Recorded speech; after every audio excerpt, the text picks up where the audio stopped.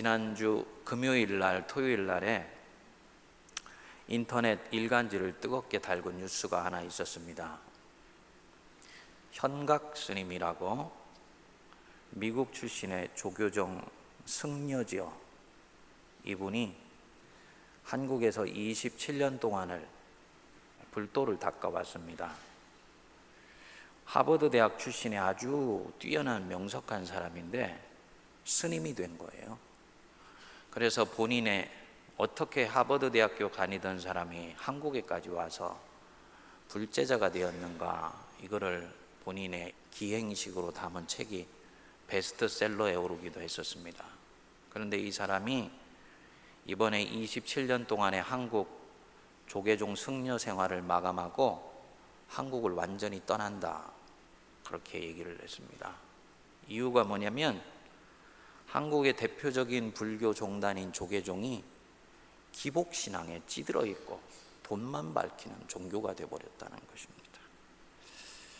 여러분들은 이런 소식을 들으면 뭘 느끼세요? 교회 욕하더니 불교도 별 것 없네? 통쾌하고 고소하다, 그렇게 생각되십니까? 여러분 어떠신지 모르겠지만 저는 이 소식을 접하면서 마음이 착잡하더라고요. 개신교 신앙이 기복주의가 심하다 그랬는데 한국의 대표적인 수행 종교인 불교도 바로 그렇다, 그 말은 우리 사회 전체가 다 이렇다는 말입니다. 이게 수요와 공급 법칙으로 보면 한국 사람들이 세상적인 복을 쫓아가고 배부르고 편안하게 마음 편하게 사는 것들을 행복이라고 생각하고 살고 있는 마음이 너무 뿌리 깊게 자리 잡고 있기 때문에 종교도 이런 사람들 마음을 끌기 위해서 다 기복주의가 되어버렸다는 것입니다. 이제 우리 우물가 수가성 여인과 예수님의 대화가 이제 마무리 단계로 이르게 됩니다. 처음에 예수님 만났을 때 그 예수님 유대인 남자라고 시큰둥하게 되었잖아요. 그러니 예수님만을 단순히 그렇게 대한 것이 아니라 자기 인생을 그렇게 시큰둥하게 회의적으로 냉소적으로 대했거든요. 삶의 꿈도 없고 소망도 없고 그냥 하루 세끼 먹고 살아야 되기 때문에 살았던 여자였는데 예수님과의 짧은 대화와 만남을 통해서 자신이 이고 왔던 물덩이를 버려두고 가슴에 불덩어리를 안고 왔던 마을로 돌아가는 전혀 새로운 사람으로 바뀌었습니다. 이 여자 한번 지금 보십시오. 이 여자가 본래 이 물가로 온 이유가 뭐였습니까? 물 기르러 왔죠. 갈증 채우려고. 그 물 길어서 밥해 먹고 세수하고 더러운 거 씻어내요. 세상적인 거 채우려고 이 물가에 왔어요. 예수님이 이 여자의 욕구를 전혀 다른 방향으로 이끌어 가셨습니다. 세상 것으로 채우지 말고 네 안에 있는 깊은 곳에 목마름이 있다, 그거 채워라. 생수로 그거 채워줄게. 그랬더니 이 여자의 마음이 후끈 달아올라서는 예수님께로 바짝 다가갔습니다. 주여, 그런 물 내게 주사 목마르지도 않고 이곳으로 다시 물 기르러 올 필요도 없게 해주십시오. 그래서 결국 예수님이 이 여자의 문제를 해결해 주시기 위해서 여자의 마음의 장롱 속에 꽁꽁 숨겨놨던 그 상처를 조심스럽게 드러내시고 잘 갈무리해서 싸매주시고 치료를 해주셨어요. 여자가 죄에서 풀려나고 상처에서 풀려나고 자기 자신이 인생이 마음껏 해방되는 은혜를 누리게 되었습니다. 그러면 이제 다 됐지요. 여자는 물 기르러 온 목적 이뤘을 뿐만 아니라 물 기르러 올 때 자기가 갖고 있지 못했던 더 깊은 부분까지도 다 만짐을 받고 해결이 된 거예요. 답답한 갈증도 해결이 됐습니다. 성경에는 나와 있지 않습니다만 여자가 아주 굉장히 예수님을 만나서 이 만족감과 보람을 느꼈을 거라고 생각을 합니다. 그러면 원하는 것이 다 채워졌으니까 이제는 물동이 들고 본래 있던 곳으로 돌아가면 돼요. 많은 사람들이 이 지점에서 다 그렇게 합니다. 원하던 것 채워졌기 때문에, 특별히 속이 치료받고 해결되고 보람이 있고 기쁨을 얻었기 때문에 이제는 본래 살던 자리로 돌아가고 그게 신앙생활 하는 거라고 생각을 합니다. 우리는 흔히 기복신앙이다 그렇게 얘기를 하면 잘 먹게 해주십시오, 잘 살게 해주십시오, 내 자녀 잘 되게 해주십시오, 건강하게 해주십시오, 이것만을 기복신앙이라고 생각하는데요, 요한복음은 두 가지 종류의 기복신앙이 있다고 봅니다. 첫 번째로는 육체적인 기복신앙, 잘 먹고 잘 살고 잘 입고 사는 것 기복신앙이에요. 두 번째 기복신앙이 있습니다. 정서적 기복신앙입니다. 마음이 안정되고 내적으로 치유되어서 평안하게 사는 것, 그것 원하는 것, 정서적인 기복신앙, 정신적인 기복신앙입니다. 우리 주변에 굉장히 많이 있습니다. 목사님, 저는 다른 거 아무것도 바라지 않습니다. 마음만 평안하면 돼요. 정서적 기복신앙입니다. 현대 그리스도인 중에서 내면의 자유와 자아가 건강하게 하기 위해서 교회에 오는 경우 대단히 많습니다. 영적으로 안정된 삶을 살게 해주십시오. 다 이것이요, 요한복음의 시각으로 볼 때는 정서적인 기복신앙이에요.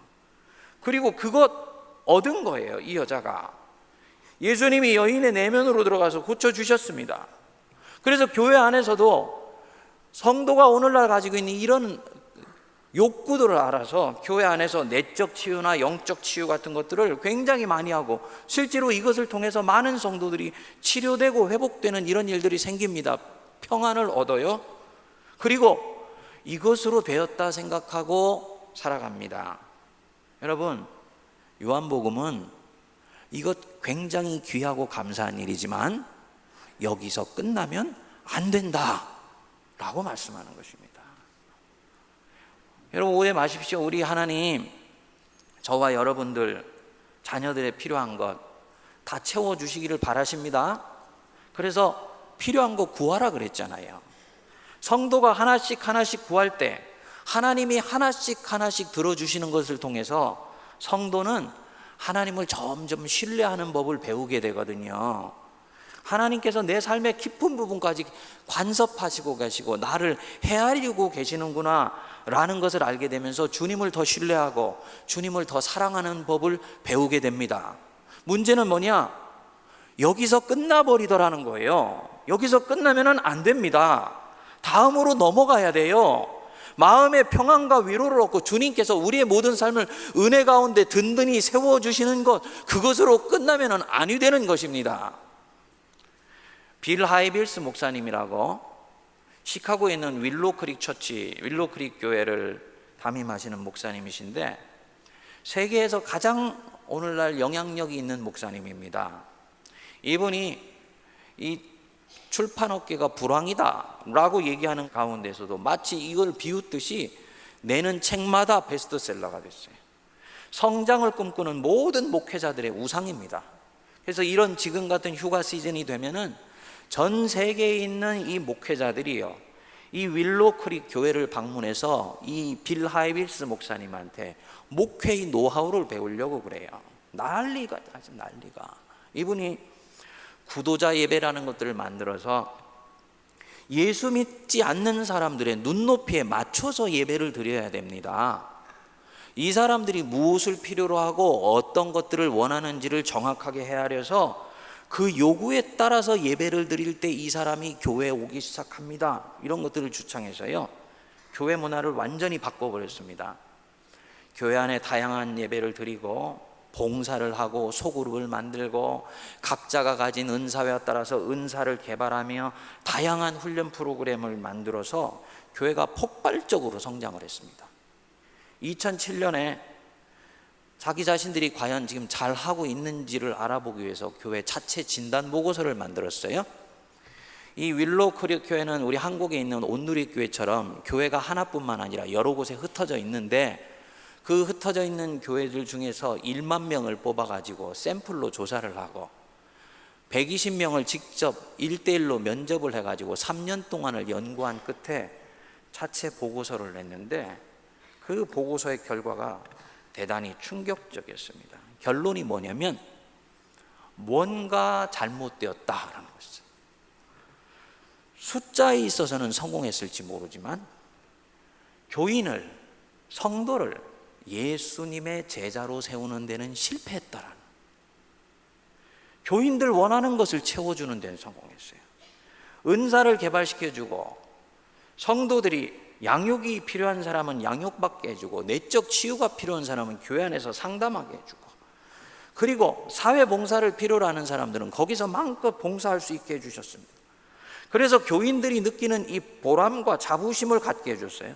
그런데 보고서에 따르면 이 모든 것들이 이 윌로우 크릭 교회에 있는 성도들에게 지적인 만족과 정신적 평안을 줄지는 모르지만 영적으로 성장시켜주거나 성숙시켜주지를 못했다는 것입니다.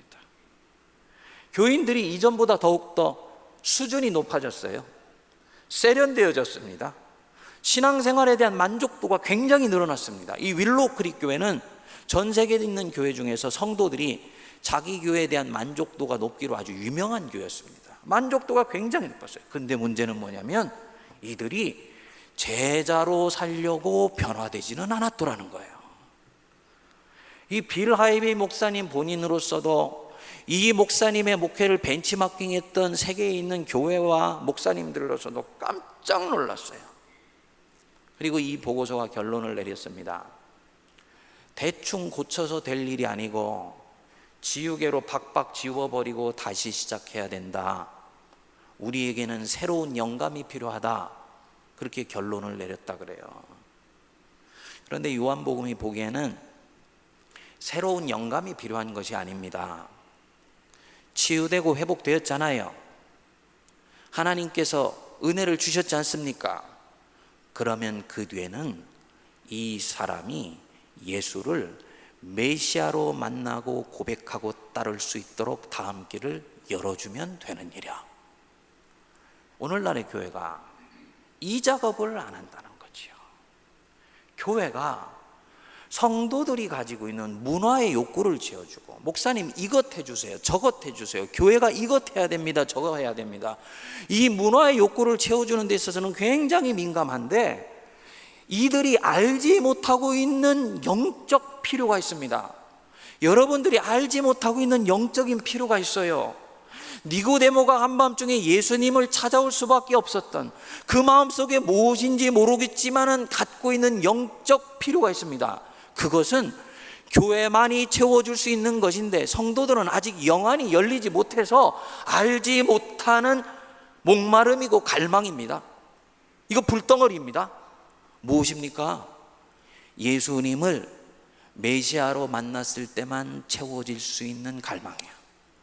그거를 채워줘야 되거든요. 근데 그렇게 안 해요. 성도들 위로받고 치료받아서 행복해하고 교회 생활 잘하고 봉사 든든히 하면 그것으로 되었다 생각합니다. 아, 목사님 우리 성도들 다 예수 인격적으로 영접했는데요? 요한이 볼 때는 거기서 한 걸음 더 나가야 돼요. 자, 여러분 보십시오. 예수님이 이 윌로우 크릭 교회처럼 지금 이 여자, 사마리아 여자가 원하는 것 다 채워주셨잖아요. 그런데 이 여자를 선선히 보내지를 않는 거예요. 여러분들이 만일에 여자라고 생각해 보십시오. 치유받았지요.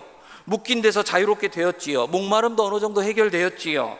자기 안에 만족감도 있습니다. 교회를 섬기면서 보람도 있어요. 당연히 야, 예수 믿으니까 참 좋다, 행복하다, 나는 좋은 교회 다니고 있어. 그럼 그걸로 된 것 아닌가요? 그런데 우리 예수님은 이 여자를 계속 붙들고 있는 거예요. 그리고 이 여자도 예수님 곁에 계속 머무릅니다. 도대체 왜 그럴까요? 두 사람의 만남이 아직 완성되었지 않기 때문입니다. 이 여자와 예수님 물리적인 만남으로 시작되었다 그랬습니다. 서로 각자 처음에는 만났을 때 몸은 만났지만 생각과 마음은 단 곳으로 가 있었다고 얘기를 했어요. 그런데 어느 순간인가 여자의 깊은 곳에 있는 목마름을 헤아려 주고 난 뒤에는 인격적인 만남으로 바뀌었어요. 예수님이 이 여자의 영적 친구가 되어줬습니다. 그런데 예수님이 인격적인 만남 갖는 것에 만족하시지 않는 거예요. 다음 단계로 또다시 넘어가시려고 하십니다. 그게 26절입니다.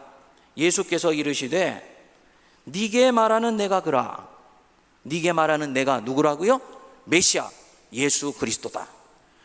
여기에 가면요, 인격적인 만남이 아니라 영적인 만남이 됩니다. 인격적인 만남은 동등한 만남입니다. 부부가 만나는 것, 친구가 만나는 것, 교인들끼리 교제하는 것, 인격적인 만남이에요. 영적인 교감이 있고 서로 간에 친밀한 교제가 여기 안에 있습니다. 우리 예수님이 여인의 영적 친구처럼 시작을 해주셨어요.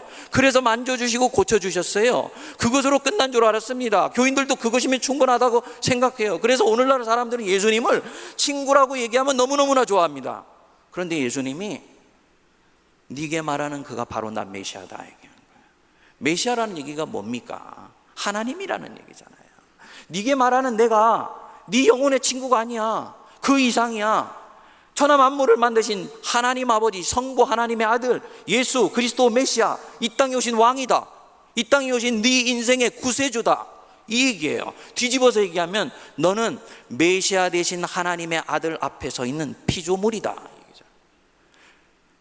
사람은 사람인데 피조물이라는 거예요. 흙으로 만들어져서 깨지기 쉬우며, 그럼에도 불구하고 하나님이 성령을 그 코에 집어넣어서 살아있는 영이 된 하나님의 사랑하는 자녀, 사랑 구실하기 위해서는 하나님 없이는 절대로 되지 않는 자, 그게 네 앞에 서 있는 자가 바로 메시아다, 이 고백이거든요. 이 여인을 바로 그 자리로 이끌고 가는 거예요. 이것이요, 영적인 만남입니다.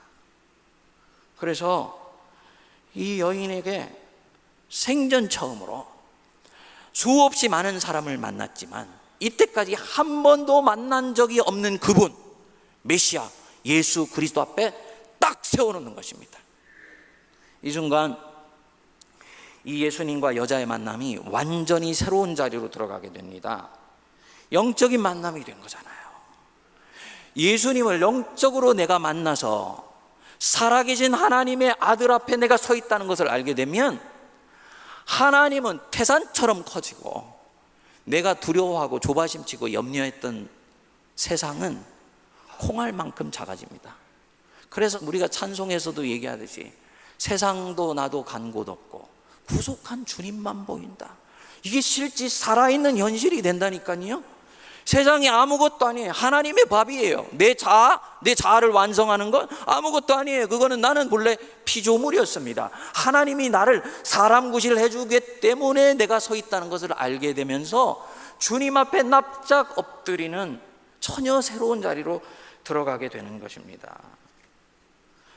우리는 교회를 나올 때 예수님을 다 안다고 생각하고 다 만난다고 생각합니다만, 사도 요한은 성도들의 입술에 나오는 고백을 굉장히 예리하게 봅니다. 이 여자가 예수님 만났지요.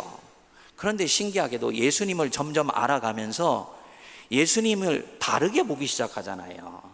처음에는 유대인 낯선 남자였지요. 예수님과 교제를 하게 되면서 뭘로 바뀝니까? 선지자 예언자로 바뀌었지요. 선지자 예언자 사람이에요. 근데 이 여자가 볼 때 이 예수님이 예언자는 특이합니다. 자기 속에 있는 것을 고쳐줘요. 꿰뚫어 봅니다. 우리로 치면 기적을 행하는 사람, 예언자입니다. 엘리야가 기적을 행하고 엘리사가 기적을 행하듯이 메시아만이 기적을 행하는 것이 아니에요. 예언자도 기적을 행합니다. 그리고 마지막에 네게 말하는 내가 그라, 예수님이 처음으로 자기 자신을 메시아로 보여주셨을 때 이 여자가 볼 때 예수님이 비로소 그리스도로 고백되는 거예요. 굉장히 중요합니다, 여러분. 오늘날 교회를 나오는데 요한이 볼 때는 네가 예수를 주라고 고백하는데 네가 고백하는 그 예수라는 주가 과연 누구냐 묻는 거예요.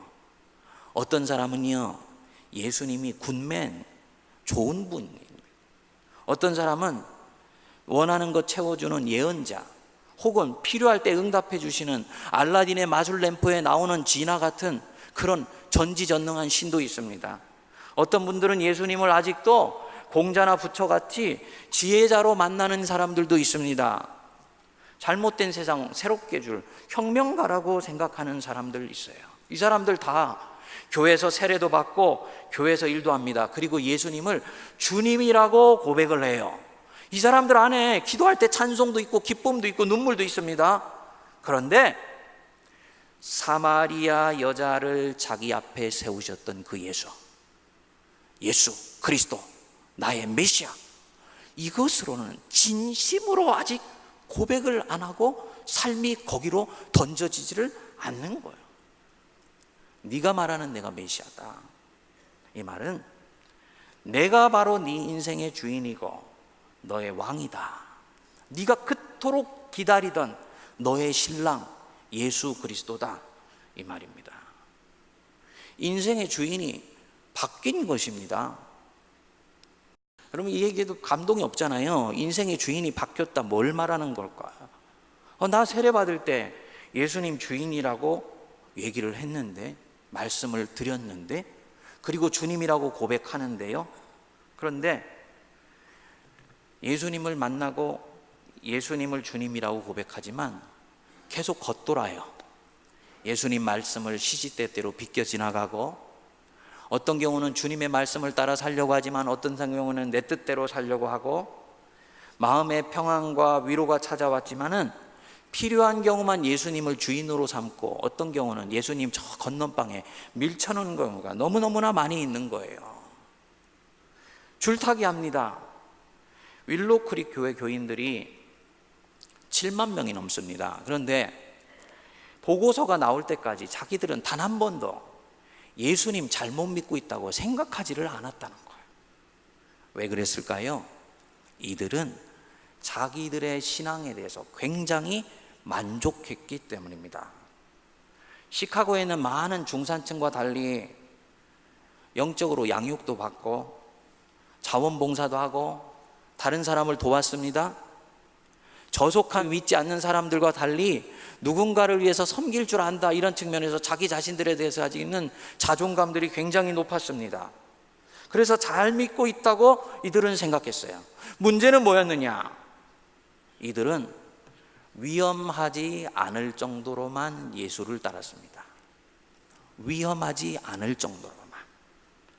할 수 있다면 내 마음의 평안을 깨는 그런 위험한 신앙생활은 가능하면 멀리 하는 정도에서 예수를 쫓은 거예요. 마음의 평안도 없고, 그러니까 세상살이 속에서도 만족함이 있고 성공도 하고 신앙생활도 아주 세련되게 했습니다. 교양 있는 그리스도인들이었어요. 거기다가 죽어서 천국도 가니까 얼마나 감사합니까? 이보다 더 좋은 것이 없는 거예요. 은혜야 축복인 것입니다. 여러분들과 저를 하나님이 길을 인도하실 때 주님이 우리들에게 은혜도 주시고 평강도 주시고 세상에서 큰 기도 제목이 없도록 두루두루 모든 것들을 갖추게 해주시는 때가 있습니다. 이때는 우리들 속에 굉장히 깊은 만족감이 찾아와요. 참 감사하다, 평안하다, 예수 믿어서 너무너무나 좋다. 근데 존 버년이 쓴 철로역 정책에 보면 바로 이 평안의 순간이 사단이 주는 유혹거리고 시험이라는 거예요. 하나님이 우리에게 주신 이 영혼의 불꽃은요, 절대로 그 상태에서 머물러 있지를 않는다는 거예요.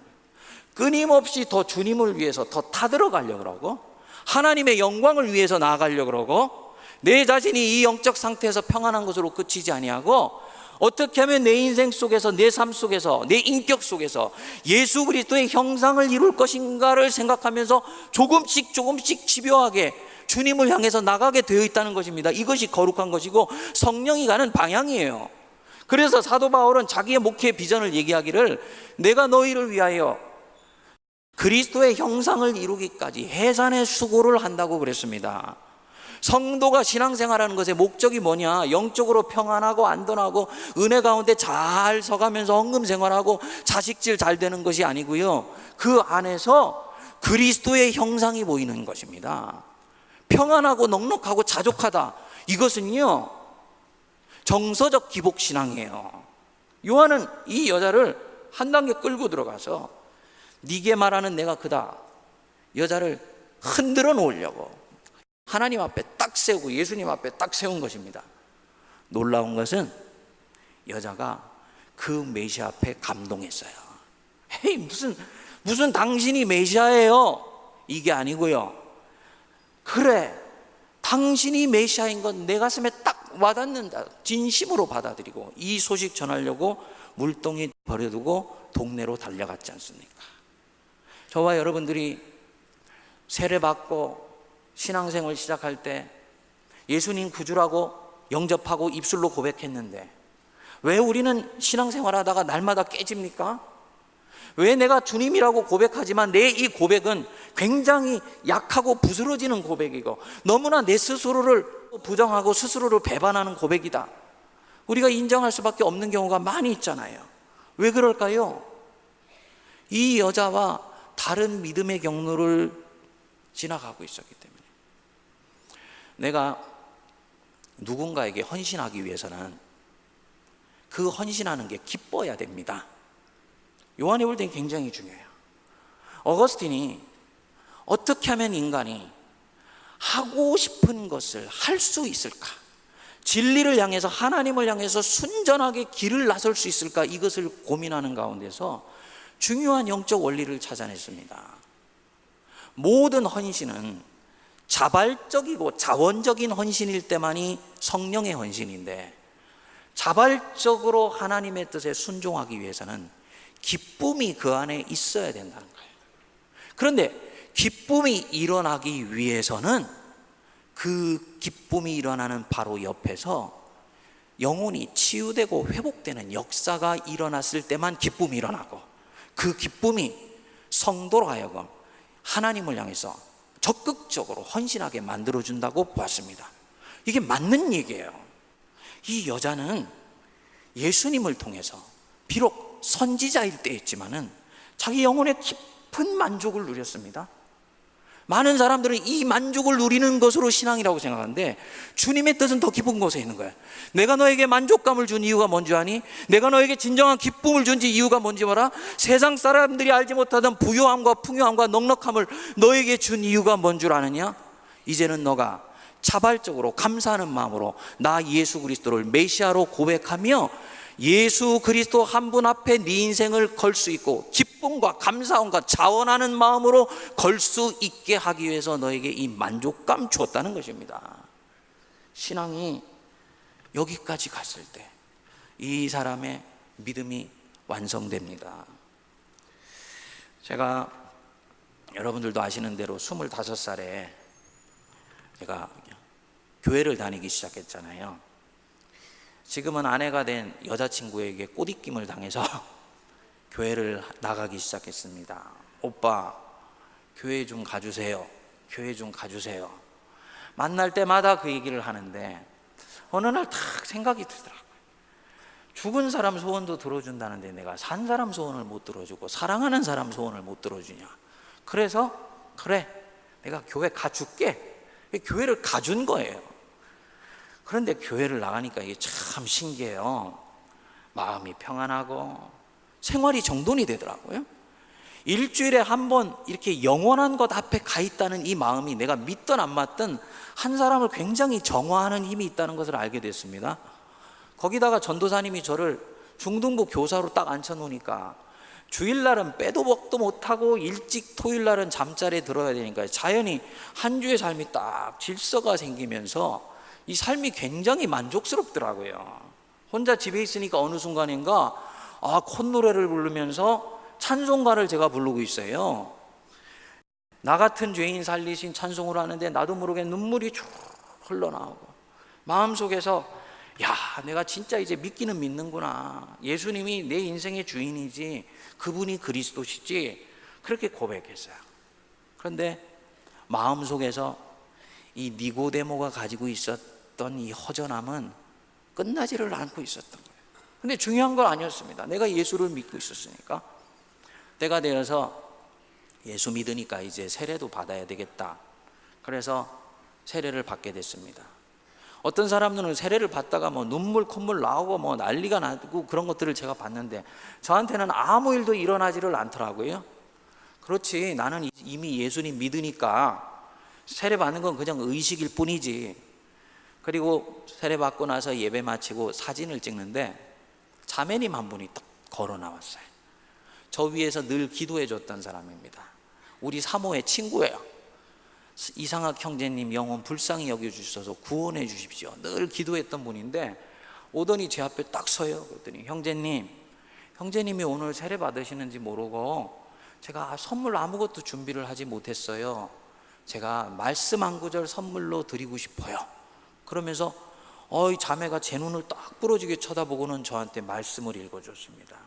내가 그리스도와 함께 십자가에 못 박혔나니 그런즉 이제는 내 안에 내가 산 것이 아니요 우리 주 예수 그리스도께서 사신 것이라.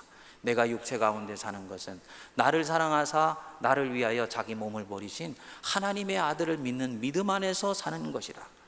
내가 그리스도와 함께 십자가에 못 박혔나니 그런즉 이제는 내 안에 내가 산 것이 아니고 그리스도께서 사신 것이다.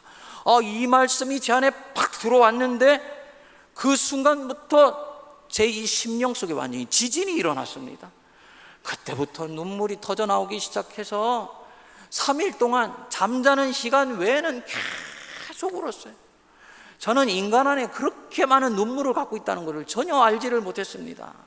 감사해서 울고 부끄러워서 울고 죄송해서 울고 구원해줘서 감사한 게 너무 귀하고 이 눈물 속에 인간이 가지고 있는 모든 감정과 느낌, 영적인 것들이 뒤범벅된 가운데서 눈물을 흘리고 감사하고 찬양했는데요. 그리고 나서 3일 딱 지나고 나서 생각을 해봤더니 진짜 이제 내가 예수님을 주님으로 고백하고 있다는 것들이 머리도 아니고 가슴도 아니고 영으로 느껴지더라고요. 제가 요한복음 강해를 하면서 여러분들한테 반복해서 예수님을 메시아로 모시십시오 라고 도전을 할 때 여러분들 반드시 불편해하는 분들이 있습니다. 목사님 요한복음 하면서 맨날 저 말씀하시네. 근데 이 요한복음의 핵심이 그거예요. 믿는 자로 하여금 생명을 누리게 하기 위해서는요, 그 안에 자기 인생에 대한 주권이 분명히 서 있어야 되는 것입니다. 어떤 경우는 예수님이 주인이고 어떤 경우는 내가 주인인 경우 대단히 많지 않습니까? 잔치집에 가가지고 예수님을 손님 자리에 앉혀놓는 거예요. 왕 같은 손님으로 모십니다. 필요한 경우는 안방에 모셔드리고 안방에서 자꾸 예수님이 이런저런 얘기하고 간섭하면 불편하니까 죄송하지만 주님 이 일이 있는 동안에 좀 저 건너방에 건너가 계세요. 자기가 판단하고 결정하고 이성으로 합리성으로 세상의 지식으로 다 결정합니다. 일이 잘못됩니다. 다시 주님한테 달려와서 주님 살려주십시오. 이 신앙의 줄타기 속에서는 세상을 이길 수가 없습니다. 요한이 볼 때는 세상의 밥으로 끝날 수밖에 없어요. 오히려 믿지 않는 사람들은 오히려 안 믿는 것 때문에 그 마음속에 배포와 확신이 분명해서 세상을 요리하는 사람이 되는데 애매하게 신앙의 줄타기 타기 때문에 마음이 갈라져 버려서 교회로 갔을 때는 세상 보이고 세상으로 갔을 때는 교회로 가야 될 것 같아서요, 마음에 확신도 없고 사람들을 눈빛으로 꿰뚫어 이길 수 있는 힘도 능력도 나오지를 않아요. 요한은 여기서는 신앙인이 세상의 밥이 된다고 하는 것입니다. 세상을 이기는 승리는 이것이니 곧 뭐라고요? 우리의 믿음이니라. 아멘. 예수 그리스도 네 인생의 주인이라는 것 입술로만 고백하지 말아라. 네가 필요할 때만 주인이라고 얘기하지 마. 네가 진짜 어려울 때 구할 뿐만 아니라 네가 잘 나갈 때, 그분이 필요하지 않을 것 같을 때도 아침에 일어나서 그분 앞에 무릎을 꿇고 말씀 앞에서 그 말씀을 따라서 하루를 시작할 수 있냐? 이게 예수님을 메시아로 고백하는 것입니다. 나로서는 넘어갈 수 없는 한계가 있어요. 저 인간은 도저히 못 품겠어요. 나는 저런 인간 한 번도 품어본 적이 없습니다.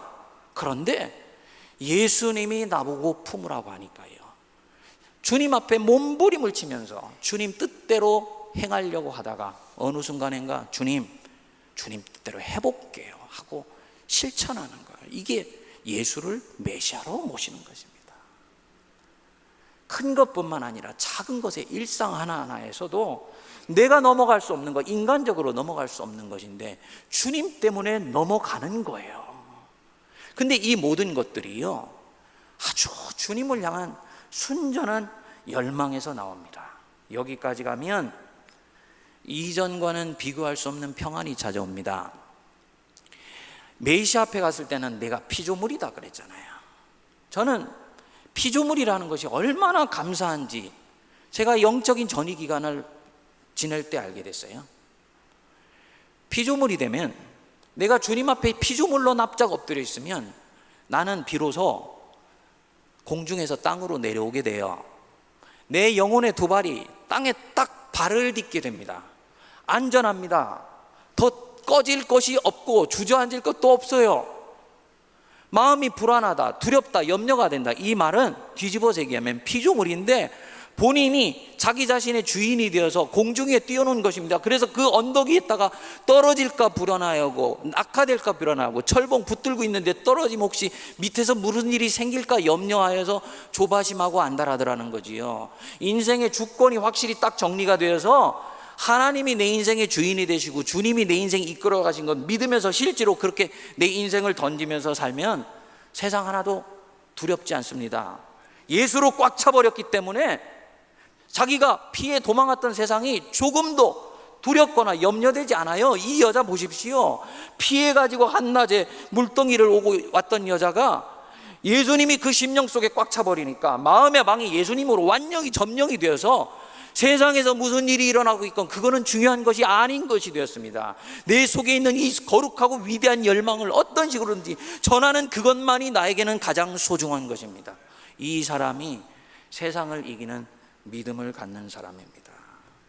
예수님께 완전히 점령되었기 때문에 이것이 네 앞에서 말하는 내가 바로 그이다 고백하는 것입니다.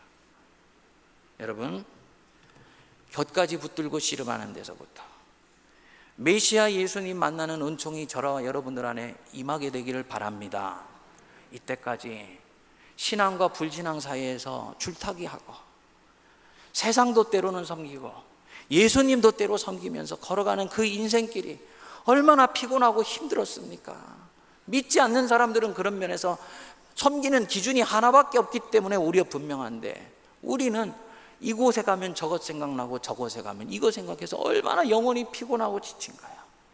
바로 그때 네게 말하는 내가 그라, 네게 말하는 그가 바로 난 메시아다, 이 말씀 앞에 확고히 자기 입장을 정리해서 예수 그리스도 그분 한 분만을 내 인생의 주인이고 표대요 내 삶을 이끌어 가시는 신앙의 능력으로 삼으시는 저와 여러분 되시기를 주의 이름으로 축복드립니다.